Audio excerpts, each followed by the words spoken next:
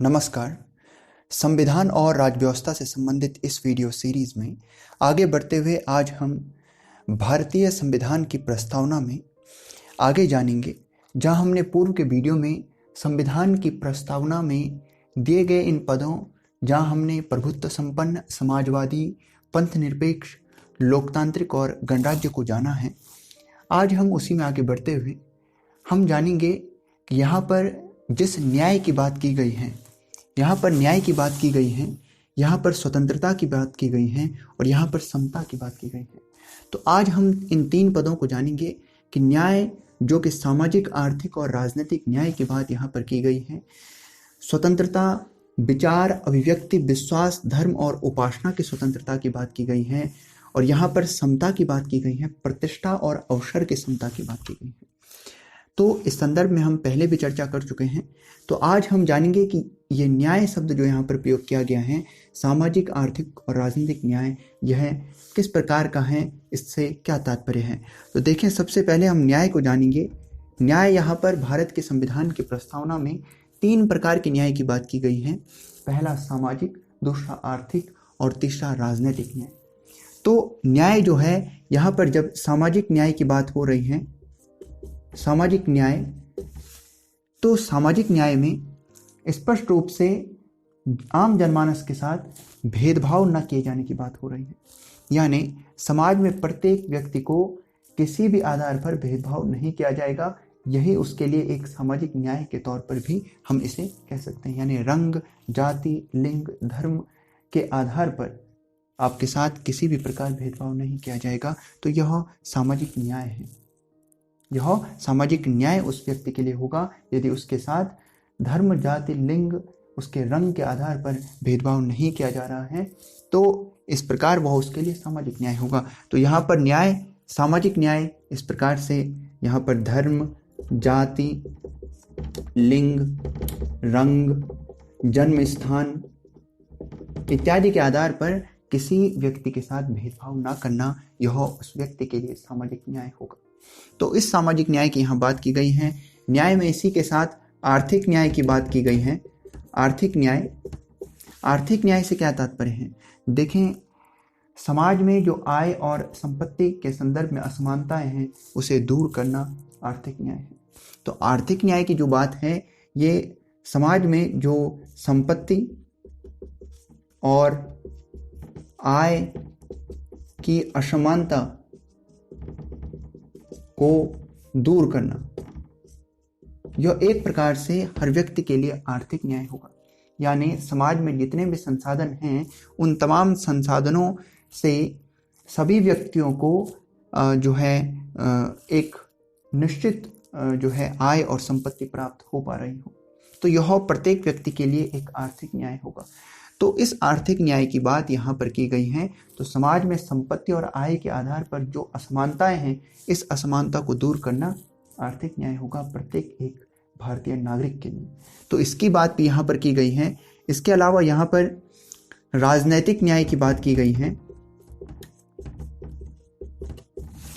राजनैतिक न्याय क्या है?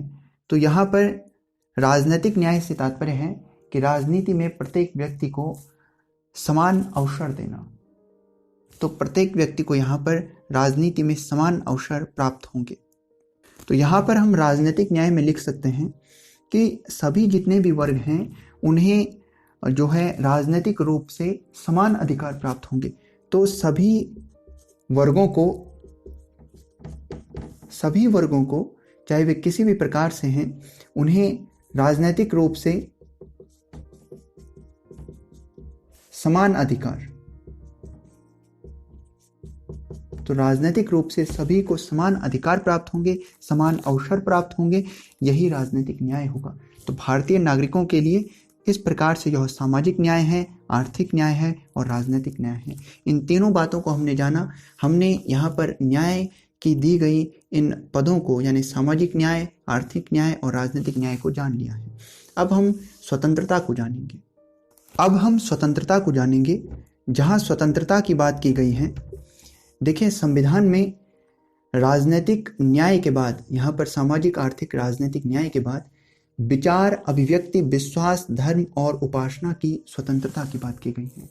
तो इन 5 स्वतंत्रताओं की बात भारत के संविधान की प्रस्तावना में भारत के नागरिकों के लिए की गई है। तो ये स्वतंत्रता जो है हम देख पा रहे हैं यहाँ पर, सबसे पहले तो विचार, दूसरा अभिव्यक्ति, तीसरा विश्वास, चौथा धर्म, पांचवा उपासना। इन 5 स्वतंत्रताओं की बात भारत के संविधान की प्रस्तावना में भारत के नागरिकों के लिए की गई है। तो ये 5 स्वतंत्रताएं देखिए, विचार से तात्पर्य है कि आप किसी भी प्रकार का चिंतन मनन कर सकते हैं। आप चिंतन कर सकते हैं, आप मनन कर सकते हैं, आप विचार कर सकते हैं, इसके लिए आप स्वतंत्र हैं। तो भारतीय संविधान की प्रस्तावना इस प्रकार की स्वतंत्रता की बात करती है भारत के नागरिकों के लिए। अभिव्यक्ति की जहां तक बात है तो आप अपने विचारों को व्यक्त करना, अपने विचारों को आप व्यक्त कर सकते हैं किसी भी प्रकार से। आप देखिए, बोलकर अपने विचारों को व्यक्त कर रहे हैं, आप लिखकर अपने विचारों को व्यक्त कर सकते हैं, आप जो है किसी भी प्रकार से आप अपने विचारों को व्यक्त कर सकते हैं। तो विचारों को आप व्यक्त कर सकते हैं। भारत के संविधान की प्रस्तावना इस पर भी आपको स्वतंत्रता प्रदान करती है। तो यह भी एक किस्म की स्वतंत्रता भारत के संविधान की प्रस्तावना में भारत के नागरिकों के लिए बात की गई है। इसके अलावा विश्वास की यहाँ पर जो बात है, फेथ, आपका अपना कोई विश्वास हो सकता है। तो इसका मतलब है कि आप किसी विचारधारा पर विश्वास कर सकते हैं। आपका किसी भी विचारधारा पर, किसी भी जो विचारधारा है उस पर आपका विश्वास हो सकता है। इसके लिए आप स्वतंत्र हैं। आपका किसी भी विचारधारा पर फेथ हो सकता है, आप उसके लिए स्वतंत्र हैं। किसी भी विचारधारा को मानना, इसके लिए आप स्वतंत्र हैं। किसी भी विचारधारा पर विश्वास करना, इसके लिए आप स्वतंत्र हैं। तो यह भारत के संविधान की प्रस्तावना में भारत के नागरिकों के लिए बात की गई है। धर्म, आप किसी भी धर्म को अपना सकते हैं। किसी भी धर्म को अपनाना, आप इसके लिए स्वतंत्र हैं। किसी भी धर्म को आप मानने वाले हो सकते हैं, आप इसके लिए स्वतंत्र हैं। किसी भी धर्म को अपनाने वाले आप हो सकते हैं, किसी भी धर्म को मानने वाले आप हो सकते हैं, इसके लिए आप स्वतंत्र हैं। भारत के संविधान की प्रस्तावना में भारत के नागरिकों के लिए इस प्रकार की स्वतंत्रता की बात की गई है। उपासना, देखिए, आपकी पूजा पद्धति किसी भी प्रकार की हो सकती है। आपकी पूजा पद्धति जो है आपका निजी विषय है और इसके लिए आप जो है स्वतंत्र हैं। तो आपकी पूजा पद्धति के संदर्भ में यह है, पूजा पद्धति के संदर्भ में यह है उपासना। देखें, यदि आप किसी जो है धर्म का अनुपालन कर रहे हैं तो आप जो है अपने जिनको कि आप पूजते हैं, तो उसके लिए कुछ विधियां होती हैं, तो वही पूजा पद्धति है। तो उसी उपासना की यहाँ पर बात की गई है कि आपकी वह पूजा पद्धति आपके अनुरूप है और आप उसके लिए स्वतंत्र हैं। आप किसी भी पूजा पद्धति से जो है के लिए स्वतंत्र हैं। तो यह उपासना है। तो इस प्रकार विचार, अभिव्यक्ति, विश्वास, धर्म और उपासना की स्वतंत्रता की बात भारत के संविधान की उद्देशिका में की गई है। तो ये 5 स्वतंत्रताएं भी हमने जानी। अब हम समता को जानेंगे। यहाँ पर 2 प्रकार की समता की बात की गई है, प्रतिष्ठा और अवसर की समता। तो प्रतिष्ठा और अवसर की समता की बात की गई है। हम इन दोनों समताओं को यहाँ पर अब जानेंगे। अब हम यहाँ दी गई समता को जानेंगे जहाँ पर कि प्रतिष्ठा और अवसर की समता की बात की गई है। तो संविधान की उद्देशिका में समता की बात की गई है 2 प्रकार की, एक प्रतिष्ठा और दूसरी अवसर की समता। तो यहाँ हम समता की बात करेंगे।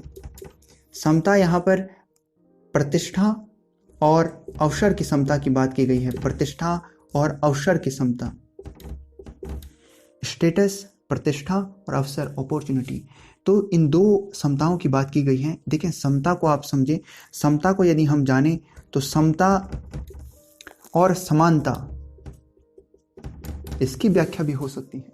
समता क्या है और समानता क्या है?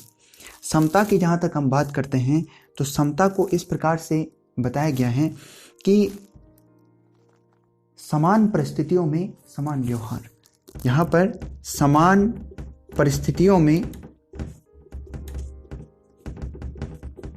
समान व्यवहार। और समानता परिस्थिति चाहे कैसी भी हो, हर परिस्थिति में समान व्यवहार। यहां पर परिस्थिति को नहीं देखा जाता है। जब आप समानता कहेंगे तो आप परिस्थिति नहीं देखेंगे, लेकिन समता में आप समान परिस्थिति में ही समान व्यवहार करेंगे। अगर परिस्थितियां समान नहीं हैं तो हो सकता है कि आप समान व्यवहार ना करें। और ये भारत के संविधान की प्रस्तावना में समता शब्द का प्रयोग किया गया है। जब परिस्थितियां समान नहीं हैं तब हो सकता है कि सकारात्मक भेदभाव सरकार के द्वारा हो सकता है। अब इसको आप कुछ इस प्रकार समझें कि समान परिस्थितियों में समान व्यवहार होगा। अगर परिस्थितियां असमान होंगी तो इस दशा में व्यवहार समान नहीं भी हो सकता है, भेदभाव हो सकता है। यह कैसे हैं? जैसे हम आरक्षण के विषय को देखते हैं, रिजर्वेशन को देखते हैं। कोई ऐसे पिछड़े क्षेत्र हैं देश भर में जहां पर की सड़कें नहीं हैं, इंटरनेट नहीं है, जहां पर लोग जो हैं तमाम असुविधाओं से जूझ रहे हैं, तो वहां पर सरकार जो है बजाय उन लोगों से जिनके पास की वे सब सुविधाएं हैं, सड़कें हैं, इंटरनेट है, मोबाइल फ़ोन की व्यवस्था है, उन लोगों की बजाय वहां पर सरकार वहां के लोगों को कुछ आरक्षण देती है, कुछ रिजर्वेशन देती है। और इस प्रकार एक सकारात्मक भेदभाव होता है, क्योंकि यहाँ पर परिस्थितियाँ समान नहीं थी। इस दशा में समान व्यवहार नहीं हुआ और एक सकारात्मक भेदभाव देखने को मिला। भेदभाव था लेकिन सकारात्मक था। वह समानता लाने की दिशा में एक प्रयास था। जो आरक्षण दिया गया वो समानता लाने की दिशा में एक प्रयास है। तो इस प्रकार आप समझ सकते हैं कि समता में अगर परिस्थितियां समान नहीं हैं तो इस दशा में भेदभाव हो सकता है, और वह भेदभाव हमेशा सकारात्मक होगा, यानी वह समानता की दिशा में किया गया प्रयास होगा। तो इस समता की बात यहाँ पर की गई है। तो यहाँ पर भारत के संविधान में प्रतिष्ठा और अवसर की समता की बात की गई है। प्रतिष्ठा की यदि हम बात करें तो देखें, किसी एक व्यक्ति का जो स्टेटस है, प्रतिष्ठा है, वह इसी बात पर है कि उसके साथ किसी प्रकार का कोई भेदभाव ना हो, उसके साथ किसी भी प्रकार का भेदभाव ना हो, समान तरह से उसको देखा जाए। उसके जाति, लिंग, उसके जन्म स्थान, उसके रंग, उसके धर्म के आधार पर उसके साथ किसी भी प्रकार से भेदभाव ना हो, सभी के समान उसको देखा जाए, एक समान दृष्टि से उसे देखा जाए। जिस प्रकार के अन्य को देखा जा रहा है, तो उस भेदभाव से यदि वो उसके साथ वो नहीं हो रहा है तो इस दशा में उसकी प्रतिष्ठा बनी रहती है। तो यह समता जो बात है, प्रतिष्ठा की समता की बात है, तो उसके साथ यदि वह भेदभाव नहीं हो रहा है, यानी धर्म, जाति, लिंग, जन्म स्थान, रंग के आधार पर यदि किसी व्यक्ति के साथ भेदभाव नहीं तो हम कहेंगे कि यह उसकी प्रतिष्ठा की समता है। यानी उसकी प्रतिष्ठा की समता की जो बात यहाँ पर की गई है वो इस आधार पर है, यानी उसको प्रतिष्ठा में सभी के समान रूप से उसको जो है अधिकार प्राप्त है। तो यह प्रतिष्ठा की समता है उसके। अवसर की जहाँ तक बात करें हम, तो यह सरकारी नौकरियों में, सरकारी जो नौकरियां होते हैं उसमें समान अवसर, सबके समान यदि आपको अवसर प्राप्त हो, जैसे सरकारी नौकरियां होती हैं, सरकारी नौकरियां इत्यादि में समान अवसर, उसे समान अवसर यदि प्राप्त हो रहे हैं तो इस प्रकार से यह अवसर की समता है। हमने यहाँ प्रतिष्ठा की समता को देखा, अवसर की समता यानी सरकार के द्वारा किसी भी प्रकार से किसी भी अवसर में किसी व्यक्ति को के साथ भेदभाव नहीं किया जा रहा है, उसे समान अवसर प्राप्त हो रहे हैं, तो यह अवसर की समता है। तो हमने यहाँ पर समता को भी देख लिया है कि प्रतिष्ठा की समता और अवसर की समता क्या है। तो भारत के संविधान की उद्देशिका में यहाँ पर 3 प्रकार के न्याय, 5 प्रकार की स्वतंत्रता और 2 प्रकार की समता की बात की गई थी। हमने इन तीनों जो है पदों को हमने जान लिया है। और इसके अतिरिक्त यदि हम देखें कि यहाँ पर बंधुता की भी बात की गई है, तो हम अब बंधुता को भी जानेंगे कि बंधुता का क्या तात्पर्य है, और यहाँ पर जो व्यक्ति की गरिमा और राष्ट्र की एकता और अखंडता को सुनिश्चित रखने वाली बंधुता की बात की गई है, अब हम उसे भी जानेंगे। अब हम भारतीय संविधान की प्रस्तावना में बंधुता को जानेंगे। बंधुता जिसकी बात यहाँ पर की गई है, देखिए यहाँ पर दो बात की गई है कि व्यक्ति की गरिमा और राष्ट्र की एकता और अखंडता को सुनिश्चित करने वाली बंधुता बढ़ाने के लिए। तो बंधुता की यहाँ पर बात की गई है जो कि व्यक्ति की गरिमा और राष्ट्र की एकता और अखंडता को सुनिश्चित करती है, उस बंधुता की बात की गई। तो बंधुता का हम अर्थ जानते हैं, यह भाईचारा है। भाईचारा की बात की गई है और कहा गया है कि यह भाईचारा जो है व्यक्ति की गरिमा तथा राष्ट्र की एकता और अखंडता को सुनिश्चित करने वाला है। भारत के संविधान की उद्देशिका में यह कहा गया है कि व्यक्ति की गरिमा और राष्ट्र की एकता और अखंडता को सुनिश्चित करने वाली है यह बंधुता। तो बंधुता का अर्थ तो हम समझ गए कि भाईचारे की बात की गई है, आपसी मेलजोल की बात की गई है, भारत के नागरिकों में आपसी मेलजोल की बात यहाँ पर की गई है। अब यहाँ पर जो यह व्यक्ति की गरिमा और राष्ट्र की एकता और अखंडता को सुनिश्चित रखने की बात की गई है, हम इसे भी समझेंगे। देखिए व्यक्ति की गरिमा एक जो है विस्तार और व्याख्या की जा सकने वाला ये गरिमा यह शब्द है और इसकी व्याख्या की जा सकती है। लेकिन देखें इस गरिमा की जो के संदर्भ में हम यहाँ पर जो समझ सकते हैं कि देखिए व्यक्ति की गरिमा यानी कि व्यक्ति की जो मौलिक आवश्यकताएं हैं, यदि वह उसकी पूर्ति हो रही है तो वह उसके लिए एक गरिमापूर्ण जीवन है।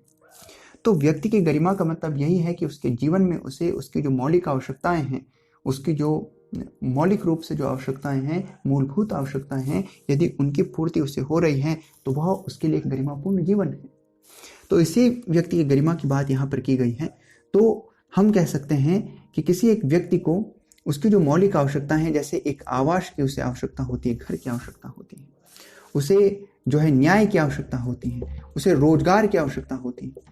इस प्रकार की आवश्यकताओं की यदि उसे पूर्ति हो रही है जो मौलिक रूप से उसके जीवन के लिए है, तो हम कहेंगे कि उस व्यक्ति का जीवन गरिमापूर्ण है और इसी व्यक्ति की गरिमा की बात यहाँ पर की गई है। तो व्यक्ति की गरिमा और दूसरी बात यहाँ पर की गई है राष्ट्र की एकता और अखंडता।